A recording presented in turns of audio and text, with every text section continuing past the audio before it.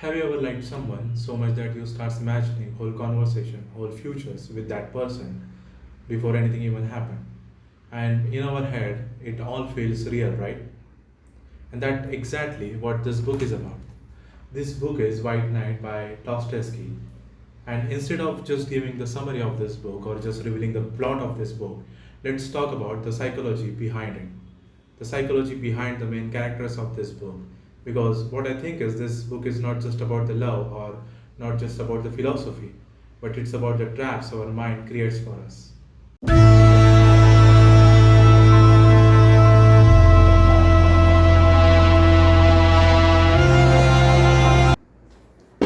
Let's talk about the main character. The main character is lonely young man, the dreamer. He roam around the city. He spends his nights wandering the streets, imagining the stories about the strangers which actually live in their head. So psychologists call such kind of phenomena as a maladaptive daydreamer. So the maladaptive daydreamer is someone who escapes into the fantasies so much that the reality feels sometimes very unbearable.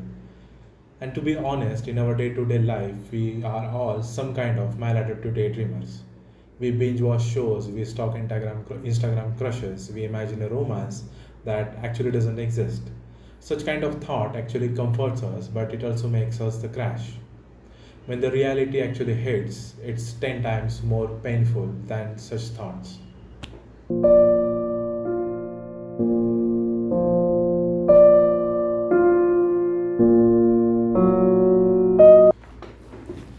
Okay, then comes an Nastenka. She is lively, warm, emotional. Like for the person like a dreamer, she feels like a miracle.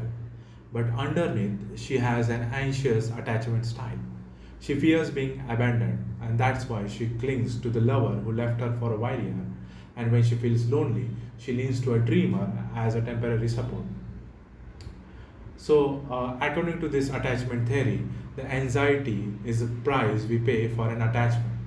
That's the whole Nastenska life as a summer.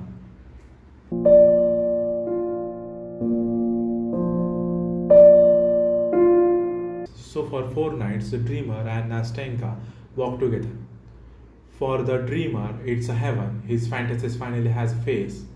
And for the Nastenka, it's comfort, someone to hold her until her real lover returns.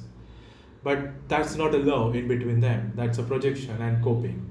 He is in love with the idea of her, and she is using him as a emotional crutch.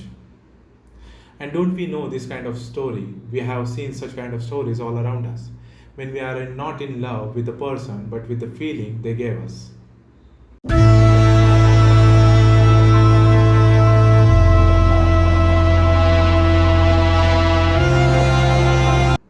When Nastenka lover comes back, Nastenka runs to him. The dreamer is shattered. But here's a twist. He is still grateful.